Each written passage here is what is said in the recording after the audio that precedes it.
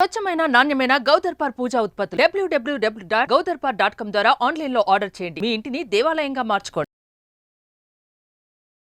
నమస్కారం, welcome to Suman TV. నేను గీతాంజలి. ప్రస్తుతం మనతో పాటు ప్రముఖ ఆధ్యాత్మికవేత్త డాక్టర్ రామచంద్రుని రమేష్ కృష్ణ గారు ఉన్నారు. వారితో మాట్లాడదాం. రమేష్ గారు నమస్తే అండి. నమస్కారం.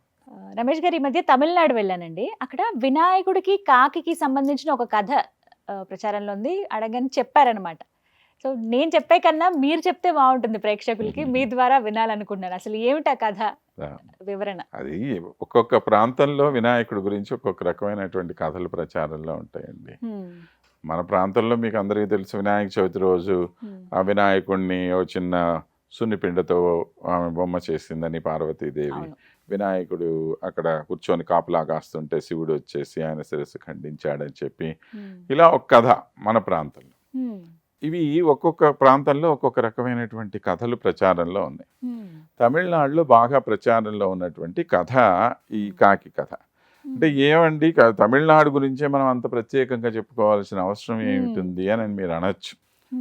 నేను ఒక సందర్భంలో కూడా చెప్పినట్టున్నాను, ఇక్కడ సనాతనమైనటువంటి అంటే ఆది మూలమైనటువంటి ధర్మంగా మనం ఏదైతే చెప్పుకుంటామో ద్రవిడ ధర్మం అని చెప్పి, ఆ ద్రవిడ ధర్మంలో మొట్టమొదటిగా ఆరాధింపబడుతున్నటువంటి వాడు, అప్పటి నుంచి కూడా ఆరాధింపబడుతున్నటువంటి దేవుడు ఎవరు అంటే వినాయకుడు అన్నమాట.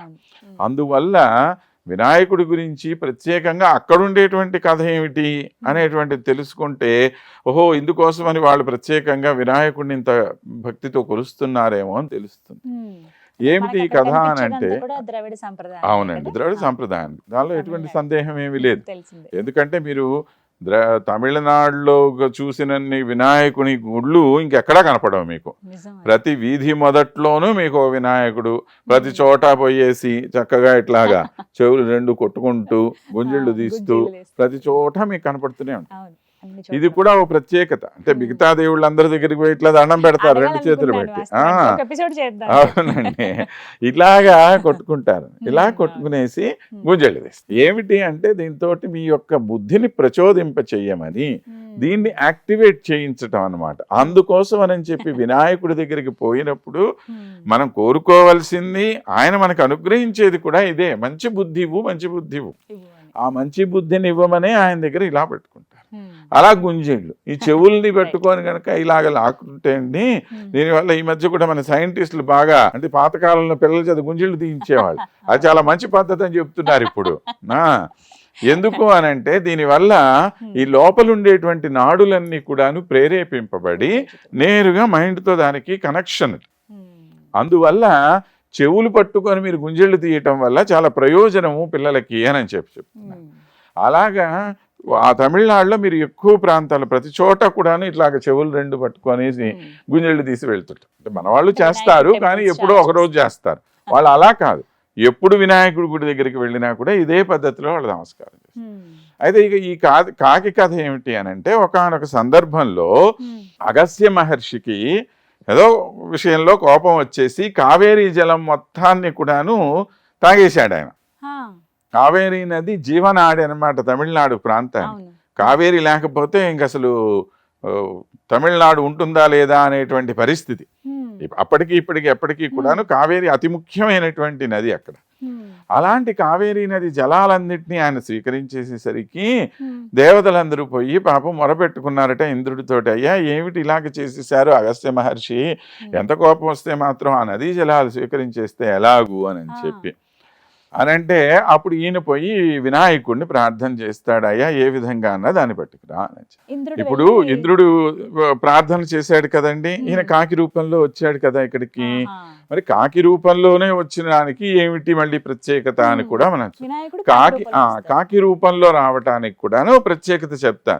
ఎందుకు అనంటే కాకి సాధారణంగా కూడాను అది ఎప్పుడు కూడా ఒక్కటిగానే కనపడుతూ ఉంటుంది, కానీ ఎప్పుడు అవసరమైనా కూడాను కాకులన్నీ కూడాను గుంపుగా వచ్చేసి అది పాటించేటువంటి సామాజిక ధర్మం ఇంకా ఏ పక్షి పాటించదు. ఒక కాకి కనుక చనిపోతేట మిగతా కాకులన్నీ వచ్చి దాన్ని తీసుకుపోయి ఎక్కడన్నా పూడ్చిపెట్టి కానీ పోవట అక్కడికి కూడా. ఇప్పటికి కూడా ఎన్ని కాకులు వచ్చేస్తాయో మీరు చూసే ఉంటారు ఎక్కడన్నా ఒక కాకి చనిపోతే. అలాగా కానీ కాకిని మనందరం కూడాను ఏం చేస్తుంటాము, అదేదో పనికిమాలిన జంతువు పక్షం అనేటట్టు దృష్టిలో ఉంటాం మనం. చిన్న చూపు. కాకిని కొద్దిగా చిన్న చూపు చూస్తూ ఉంటాం మనం. మరి కాకి పితృదేవతలందరూ కాకి రూపంలోనే వచ్చేది ఈ ఆ లోకానికి. రోజున కావాల్సిన కాకే. కాకి కోసమే ఆ రోజు కా కా కా కా కా అని కాకేస్తూ ఉంటాం మనం కదా. అలాగా అంటే వినాయకుడు అన్ని రకాలైనటువంటి ప్రాణుల మీద సమదృష్టి చూపించాలి అనేటువంటి బోధ మనకి ఎప్పుడూ చేస్తుంటాడు. ఏ జంతువునైతే మనం అతి చిన్న జంతువు అనుకో వదిలేసామో ఆ ఎలుక మీదే కూర్చొని ఉన్నాడు ఆయన. వాహనంగా చేసుకున్నాడు. ఏమండి, అవును. అలాగని ఈ పక్షి ఏ పక్షిని అయితే మనము అదే పక్షులే పనికి మాలింది అని అనుకున్నామో ఆ రూపంలోనే వచ్చాడు ఆయన. ఆహా. రావాలనుకుంటే ఇంకో పక్షి రూపంలో కూడా రావచ్చుగా. అవును. ఏం కాకే నీళ్లు తాగుతుందా ఏంటి, హంసలు తాగవా నీళ్లు? అన్ని తాగుతాయి. రావచ్చుగా, కానీ రాలేదు ఆయన. ఎందుకోసము అని అంటే అన్నిటి మీద మనకి సమభావం ఉండాలి అనేటువంటి ఒక సందేశం కూడా మనకి అక్కడ ఇస్తున్నాడు ఆయన. ఏదైనా మొత్తానికి వినాయకుడు ఆ రూపంలో వచ్చాడు అని చెప్పి ఆయన వల్ల మనందరికీ కూడా ఈ విధమైన ప్రయోజనం జరిగిందని తమిళులందరూ కూడా భావించేటువంటి మాట. సో ఈ విధంగా వచ్చినటువంటి ఈ కాకి రూపంలో ఉన్నటువంటి వినాయకుడు వెళ్ళి ఆ కమండలం మీద కూర్చొని కమండలంలో నీళ్లు తాగుతున్నట్టుగా నటించి, అగస్త్యుడు కూడా ఏమనుకున్నాడు, ఏదో పక్షి వచ్చిందిలే బాబా నీళ్లు తాగుతున్నలే అంతవరకే ఊరుకున్నాడు. కానీ ఈయనకు ఉండేటువంటి మహాబలవంతుడు కదండి ఈయన. అందువల్ల ఒక్కసారి అలా తన్నేసరికి ఆ అంత పెద్ద నదీ జలం అంతా కూడాను లోపల దాగి ఉన్నటువంటి కమండలం కూడా ఒక్క దెబ్బ కింద పడిపోయింది. పడిపోయి దాని లోపల నుంచి నీరంతా కూడాను బయటికి రావటం, దాంతో అంతా సస్యశ్యామలం అవ్వటం ఇది జరిగిందనమాట. మళ్ళా కావేరి అలా యథావిధిగా ప్రవహించడం మొదలెట్టింది. ఇది దానికి వెనకాల ఆ కృతజ్ఞత అనేటువంటిది కూడా బాగా ఎక్కువగా తమిళకి. అందువల్ల మరి ముఖ్యంగా ఈ కాకి కథ బాగా ప్రచారంలో ఉంటుంది ఆ ప్రాంతంలో. విచిత్రం అనిపించింది చెప్పినప్పుడు కూడా. మరి చెప్పాను కదా, ఒక్కొక్క ప్రాంతంలో ఒక్కొక్క కథ అన్నమాట. ఇప్పుడు మనం అంటాం కదా వినాయకుడిని తయారు చేసింది ఇట్లా సున్నిపిండితో అని. అలా కాదు, ఇంకొక ప్రాంతంలో ఏంటంటే అమ్మవారు పుణ్యక వ్రతం అని చెప్పి ఒక వ్రతం చేసిందని, ఆ పుణ్యక వ్రతం చేసినందువల్ల దాని యొక్క ప్రయోజనంగా వినాయకుడు జన్మించాడు అనేటువంటి ఒక కథ ఇంకో ప్రాంతంలో. కానీ ఇంకొకటి కూడా చాలా మందికి సందేహం ఏంటంటే వినాయకుడు పెద్దవాడా కుమారస్వామి పెద్దవాడా అనేది. వినాయకుడే పెద్దవాడు, చాలా మందికి అది సందేహం.